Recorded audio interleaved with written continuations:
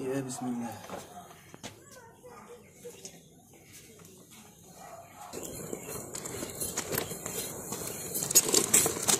كنت خدام على راسي وعلى والدي،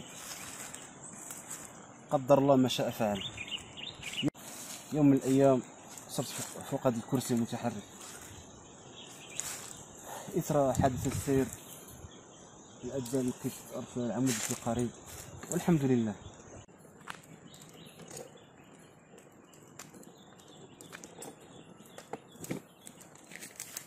وهنا ان شاء الله باذن الله تعالى هنا غادي ندير المشروع ديالي، غادي نخرج الظروف صعيبه، ظروف الحياه صعيبه، هنا غادي نخرج ندير المحل ديالي باش نبيع نشري وناكل لاطر الخبز حلال من الاسره ديالي ان شاء الله باذن الله.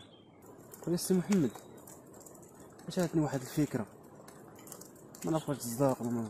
كنشوف الناس كيدخلوا من اليوتيوب، كيربحوا من اليوتيوب، ما فهمتش واش يمكن لي انا ندير شي نهار قناه ونولي ندخل الفلوس انا من اليوتيوب.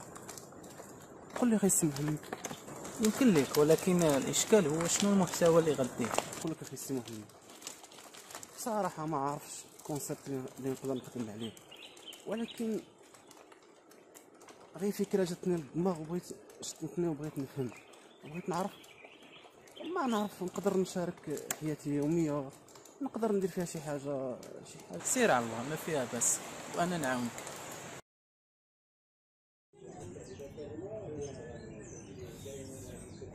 عييت ما نقلب، كلشي غالي، ما لقيت حتى محل.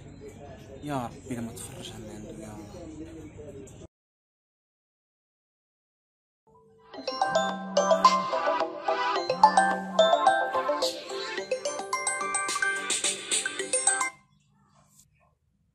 السلام عليكم. عليكم السلام. شوف، خلي لي فوتوكوبي لاكارت في الدار، راه كاين واحد البلان مزيان. اشنو هو؟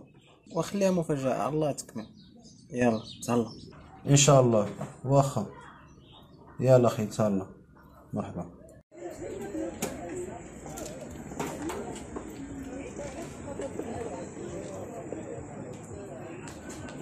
كاين مستعجل.